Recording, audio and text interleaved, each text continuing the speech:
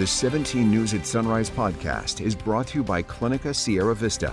Welcome back to the 17 News at Sunrise podcast, where we share your news on your schedule. Working in the spirit of the Golden Empire, this is 17 News at Sunrise. Good morning, everyone. It is 5 a.m. on this Back to Work Monday morning. I'm Maddie Jansen. Tully Anderson in this morning for Alex Fisher. He has a few days off. And making news around the nation, the video of 5 Memphis police officers violently attacking Tyre Nichols is reigniting talks about police reform. Lawmakers are reviving efforts to pass meaningful legislation. NBC's Bree Jackson is in Washington.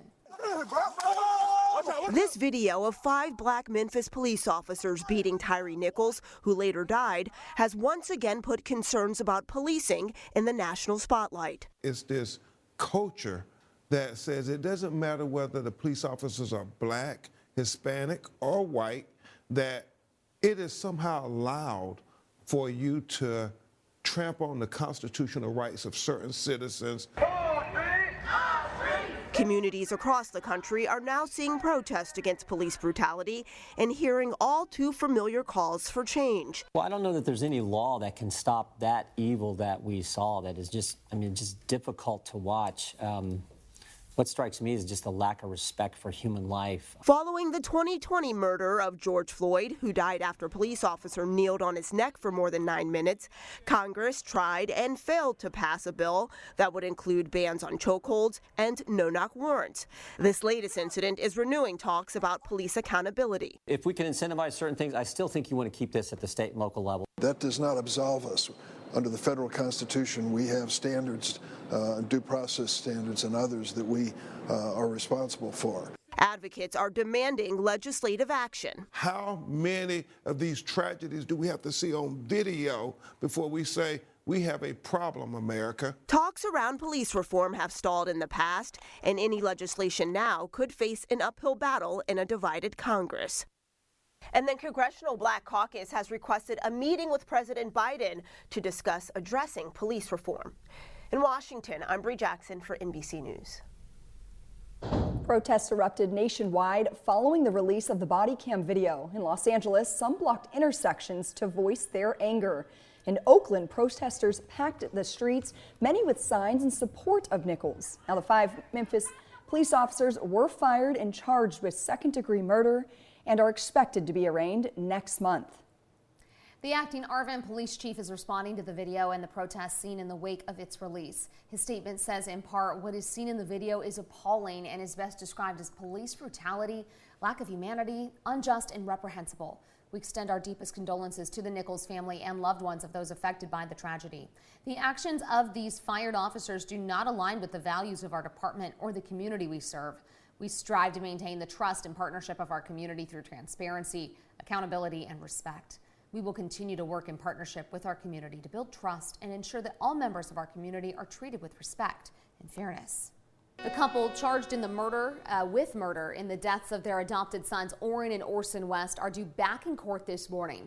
Trezell and Jacqueline West were assigned a courtroom for trial last week. They'll appear in the courtroom of Judge Charles Bremer this morning to set future court dates. We're learning, though, it's likely trial won't start for at least several weeks. Bremer's courtroom is currently occupied with another case, and several attorneys handling the West case are in trial as well. Prosecutors allege that 4-year-old Orrin and 3-year-old Orson West were killed about 3 months before their adoptive parents. The Wests reported them missing on December 21st of 2020.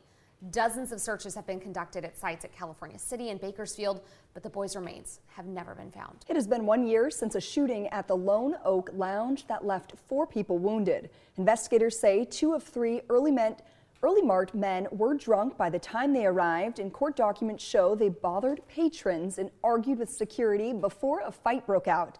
And that is when one of the men pulled a gun. The reporters say Jesus Manjarrez shot 11 shots in the Rosedale Highway bar, wounding 4 people in the terrifying scene that scattered patrons and left multiple victims on the floor. He faces 3 counts of attempted murder. Emmanuel Manjarrez and Eric Manjarrez also face charges related to the shooting. They are all due back in court February 24th for a hearing. Your time now is 5:13. New details emerging about another mass shooting in California this weekend, this time just north of Beverly Hills. Police have now identified 3 women who were killed, 2 from Illinois, another from Arizona. The 3 women were shot and killed in a car early Saturday morning just outside of what authorities are calling a gathering at a short-term rental house. 4 others were wounded. Residents in the upscale neighborhood on high alert. This is like a really special place for us. I could have been on that corner last night. Police are still searching for the shooters and a motive, but they say this was not a random attack. Meantime, in the city of Alhambra, honored Brandon Say, the hero who disarmed the gunman Hugh Kane Tran during the Lunar New Year's celebration last weekend.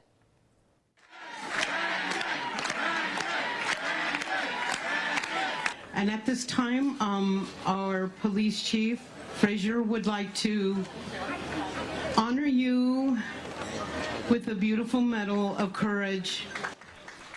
It has been just over a week since the mass shooting at the Star Ballroom Dance Studio in Monterey Park that left 11 dead and 9 others wounded.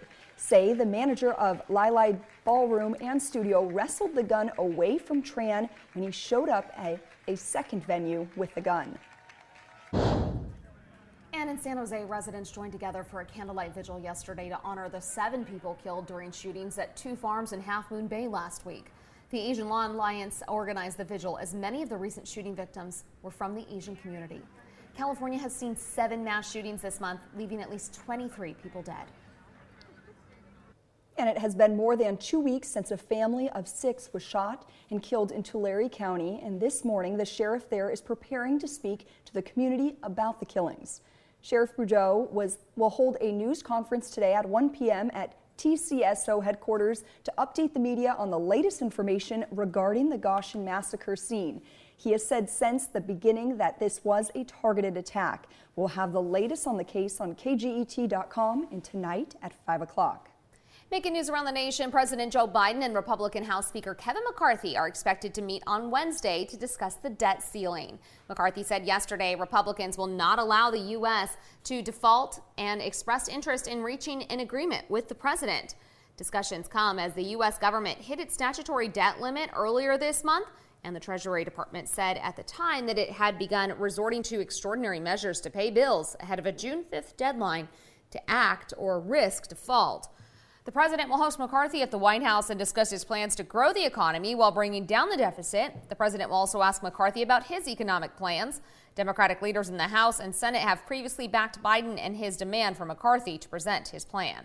The Department of Justice says it will give senators a damage assessment of classified documents that were discovered in President Biden's and former President Trump's possession. Now, the DOJ sent a letter to members of the State Intelligence Committee this weekend that it is working to brief lawmakers about potential risks to national security.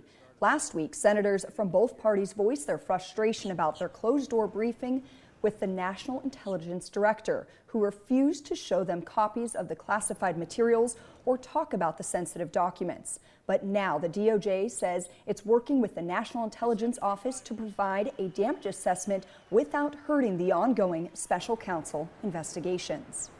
Former President Trump's on the campaign trail for the first time since announcing his run for president, drumming up support in 2 key early voting states, New Hampshire and South Carolina. His event's very different from the big rallies he was known for. Vaughn Hilliard reports from Columbia, South Carolina. Former President Trump hitting the campaign trail for the first time, the GOP presidential contest 1 year away. This is about the beginning, you know, this is it. We're starting right here. The former president kicking off his comeback effort with stops in 2 key early voting states. I'm thrilled to be back in this beautiful state.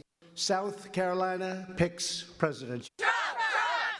The visits not his traditional mega rallies. But before this weekend, Trump had not held a single campaign event outside of Florida since announcing his 2024 campaign. I'm more angry now and I'm more committed now than I ever was because despite the multiple investigations into his family's corporation and his actions as president after the 2020 election, Trump remains the only major GOP candidate. A Morning Consult poll shows Trump nationally leading sizably in hypothetical matchups, but a poll of New Hampshire Republicans is giving DeSantis the edge in that early state. And in South Carolina, 2 notable absences from Trump's event, South Carolina Senator Tim Scott and former Governor Nikki Haley, both considering challenges to Trump. Can I be that leader? Yes, I think I can be that leader. Is there a chance you'd vote for a Republican that is not Trump next year? There is a chance. It's a short list, though.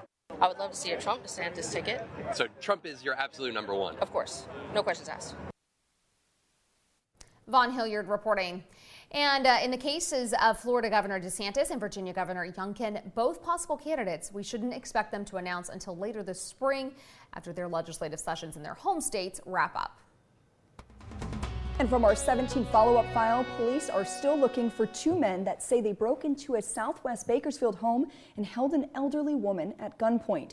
Officers say the men were wearing masks Thursday night when they forced their way into a home on Limoges Way just before 8 p.m. One of the men held the woman at gunpoint while the other ransacked and robbed the home. The woman was not hurt. BPD says these could be the same men who committed a similar home invasion on Bathurst Avenue on January 12th. Anyone with information regarding this investigation is urged to contact police at 661-327-7111. The 17 News at Sunrise podcast is a production of KGET and Nexstar Media Group. For more on all of the headlines in today's show, head to kget.com.